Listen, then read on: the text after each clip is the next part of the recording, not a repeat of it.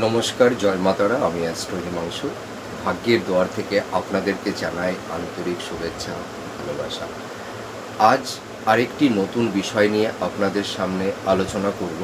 আপনারা ধরুন প্রচুর ইনকাম করছেন, অর্থটা কিন্তু আপনারা কোনো ক্রমেই আপনারা সেভিংস করতে পারছেন না।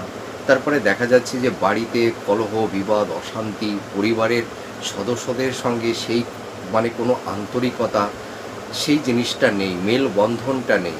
দেখা যাচ্ছে যে পরিবারের সদস্যদের মধ্যে একটা মতানৈক্য, একটা মতান্তর, একটা মানসিক ডিটাচমেন্ট, একটা দূরত্ব তৈরি হয়ে গেছে। ঘরে মানে মানে আপনারা বাড়িতে ঢুকলেই আপনাদের মন মেজাজ কোনো কিছুই ভালো থাকে না, মাইন্ডটা ফ্ল্যাকচুয়েট হয়ে যায়, ঠিক আছে? দেমাগটা কন্ট্রোল করতে পারেন না, নানা রকমের কলহ, বিবাদ, অশান্তি। আপনারা প্রচুর ইনকাম করছেন, সেই অর্থটা আপনারা কোনো ক্রমেই রাখতে পারছেন না। সেই অর্থটি যে কোনো কারণেই হোক বেরিয়ে যাচ্ছে। কেন এই সমস্যাটা তৈরি হচ্ছে? দেখুন, এই সমস্যাটা সাধারণত তৈরি হয় বাড়িতে বাস্তুদোষ তৈরি হলে। তা আপনারা দেখুন তো যে আপনারা ঈশান কোণে অর্থাৎ উত্তর পূর্ব কোণে আপনাদের কোনো টয়লেট আছে কি না? তাহলে দেখবেন আপনাদের এই ধরনের হেলথ রিলেটেড প্রবলেম তৈরি হবে। আপনাদের মানে আর্থিক দিক দিয়ে আপনাদের সমস্যা তৈরি হবে। পরিবারের সদস্যদের মধ্যে একটা মানসিক দূরত্ব, ডিটাচমেন্ট, এইগুলো তৈরি হবে।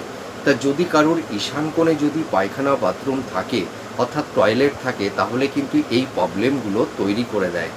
তাছাড়া আপনারা অনেকেই হয়তো জানেন না যে কেউ হয়তো উত্তর মুখ করে রান্না করে থাকে।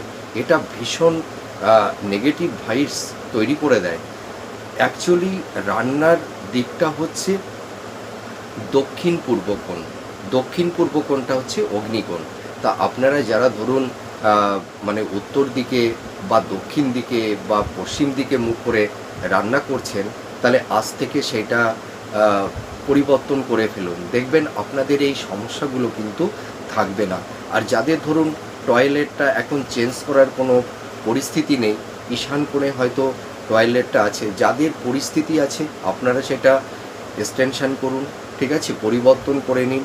আপনারা টয়লেট যদি তৈরি করেন, আপনারা দক্ষিণ পশ্চিম কোণে টয়লেটটা যদি তৈরি করতে পারেন, তাহলে কিন্তু সেটা অতীব শুভ, ঠিক আছে? আর যারা হয়তো এই মুহূর্তে চেঞ্জ করতে পারছেন না, আপনারা কি করবেন, বাথরুমে একটু লবণ রেখে দেবেন একটা যে কোনো বাটিতে, তাহলে আর একটা হলুদ লাইট জ্বালিয়ে রাখবেন। তাহলে এই সমস্যা থেকে আপনারা কিছুটা